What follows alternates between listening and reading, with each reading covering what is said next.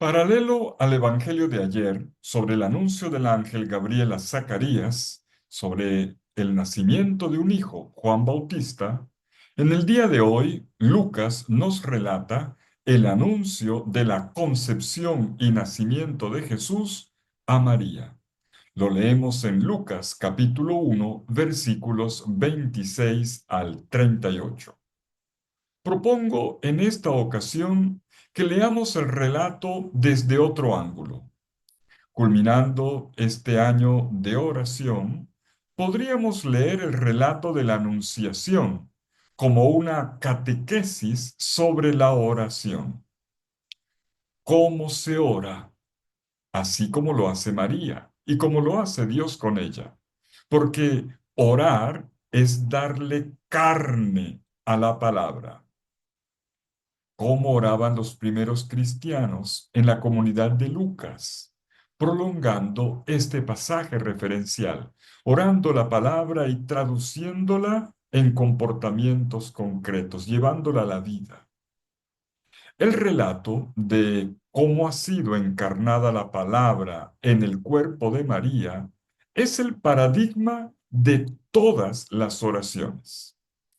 Tratemos de seguir los pasos de esta oración. La primera frase del relato hace una aproximación como de cámara, desde un gran horizonte el más amplio posible, va estrechando el ángulo hasta un puntico de la tierra, el más pequeño.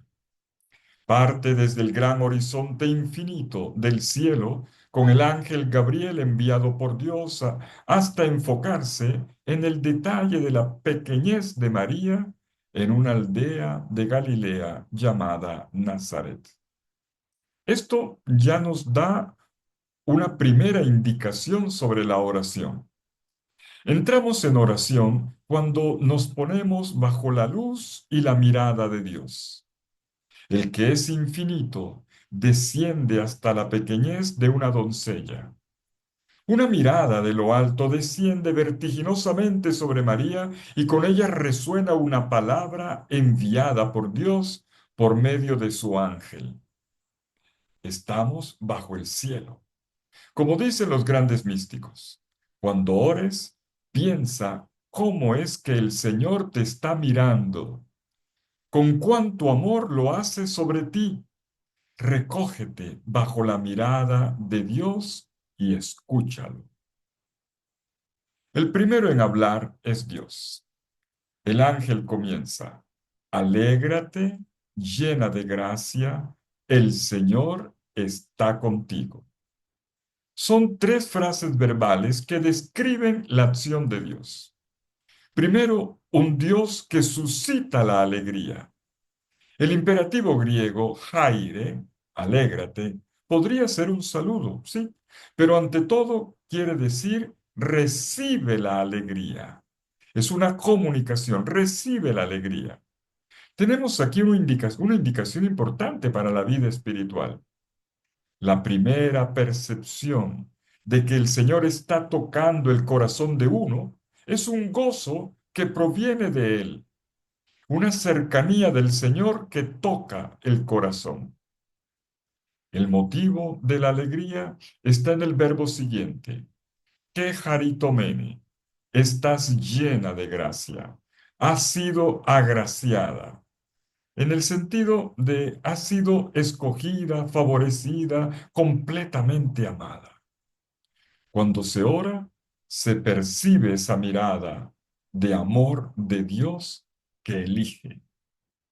Amar es elegir. El Señor está contigo. Infunde la certeza de que no se está solo. Es la sanación de nuestro miedo más visceral. Pensar que estamos solos.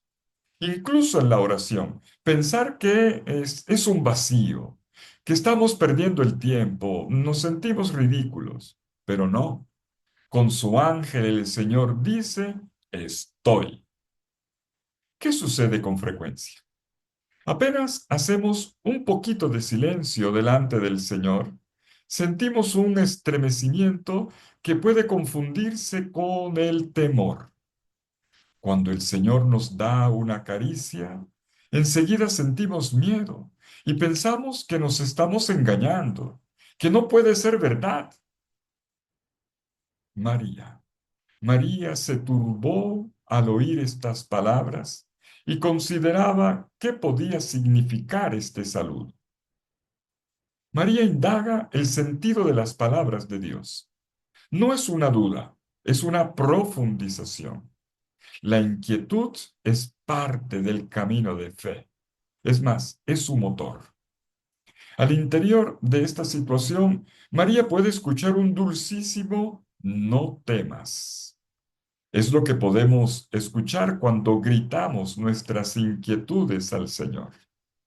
Es la actitud que suscita el diálogo, la conversación. Primero, una confirmación de lo dicho inicialmente por el ángel. Has hallado gracia delante de Dios.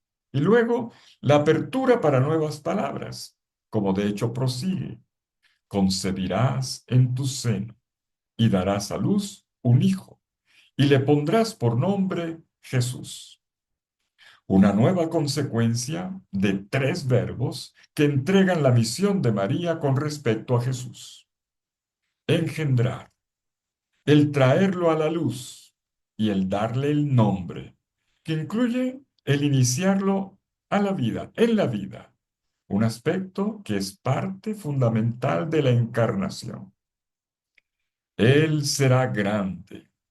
Y esta grandeza está delineada en la titulatura que se enuncia a continuación. Es al mismo al que Dios llama su Hijo, el Hijo del Altísimo. Es aquel para el cual, para el pueblo, recibe como un rey, porque él es el descendiente de David, Hijo para Dios, Mesías, Rey para el pueblo.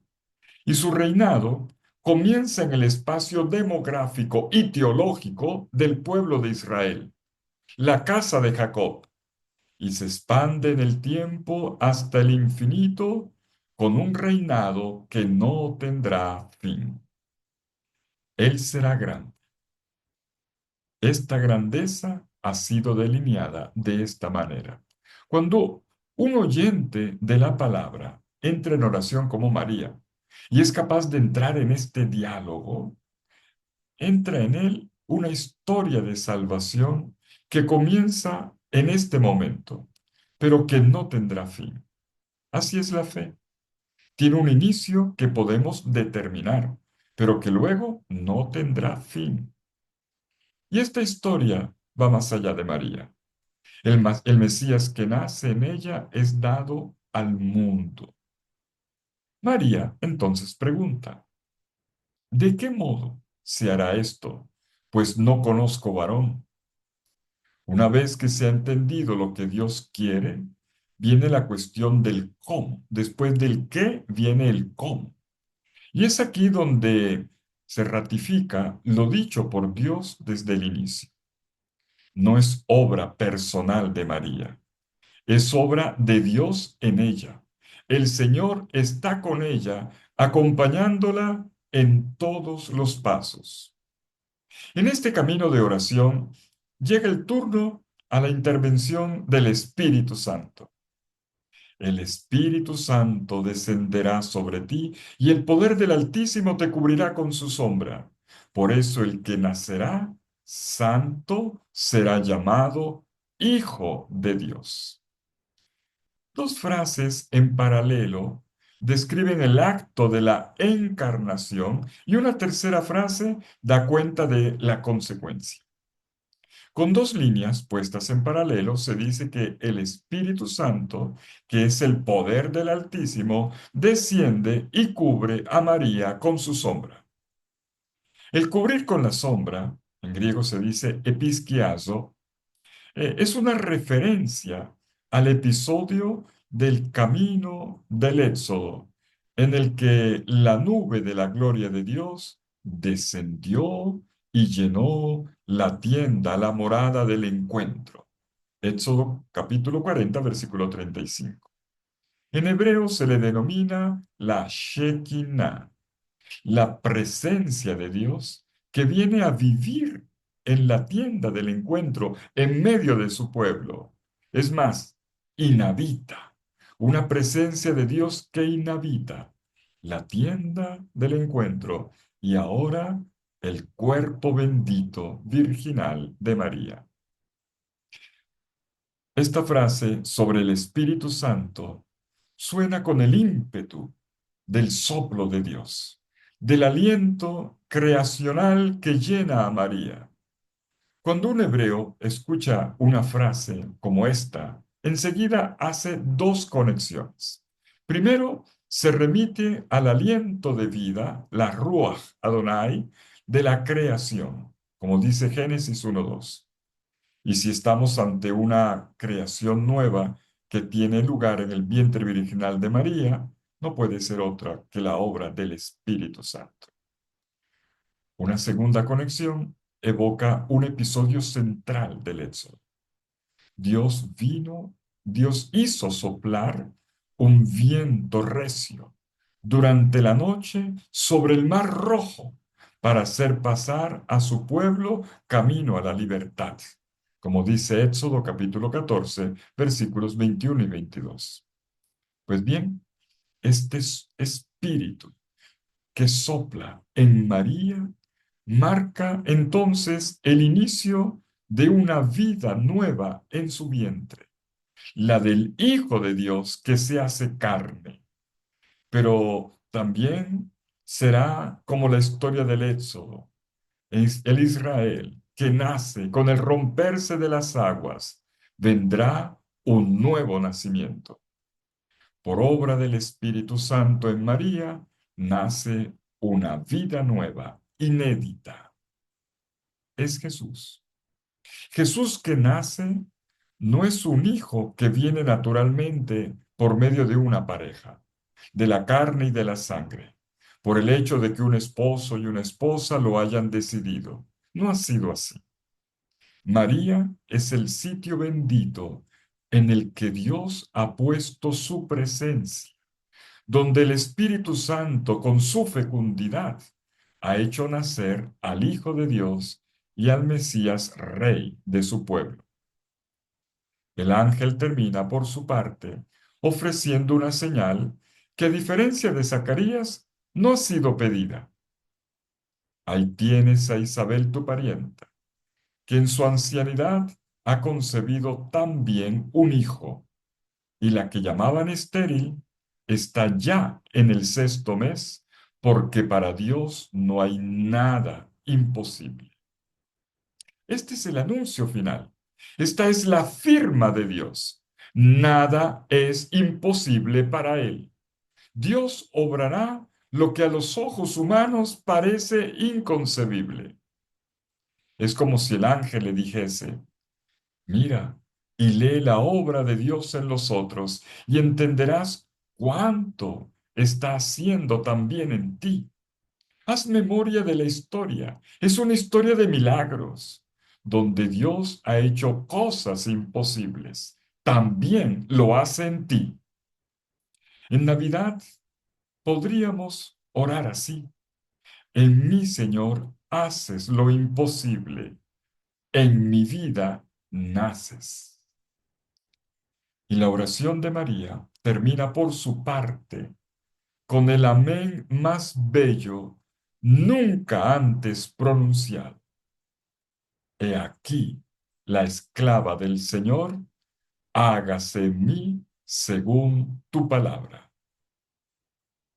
La oración de María, vivida al interior de este intenso diálogo con Dios, culmina en un sí maduro y creativo, potente y profético. Se declara la esclava del Señor, expresión potente que connota una pertenencia total. Yo soy de Él y Él es mío. Es una palabra bíblica que no tiene nada de pasivo, que no evoca una sumisión que anule la autonomía personal. La sierva del rey es la primera después del rey. Es su colaboradora, es la co-creadora con el Creador. Estamos ante un hecho inédito en el mundo oracional de la Biblia. Es la primera vez que a una criatura de la tierra, a una mujer, se le concede la última palabra en el diálogo entre el cielo y la tierra. Es la nueva dignidad de la criatura humana. Concluye así la primera gran escuela de oración de María en el Evangelio, con un cierre perfecto. Cada espacio de oración con la palabra es una nueva anunciación. Orar es darle carne a la palabra de Dios con un sí consciente, total, con absoluta confianza. En fin, terminemos. Dentro de pocos días celebraremos la Navidad y a lo mejor no nos sentimos todavía lo suficientemente preparados. La liturgia nos invita hoy a mirar a María y a disponernos junto con ella aprendiendo su oración. La Navidad no es el recuerdo de un hecho histórico ocurrido en una fecha del pasado, sino la acogida de un acontecimiento que tiene lugar aquí y ahora, la encarnación de un Dios que germina en mí. ¿Sí? Estamos ante el gran misterio de la encarnación. Dios que se hace hombre en Jesús de Nazaret, lo cual ocurre tomando la carne de la Virgen María y siendo plasmado por el Espíritu Santo en su vientre virginal. María es el punto de encuentro entre Dios y la materialidad de nuestra vida. Por medio de ella ha venido a quedarse con nosotros para siempre.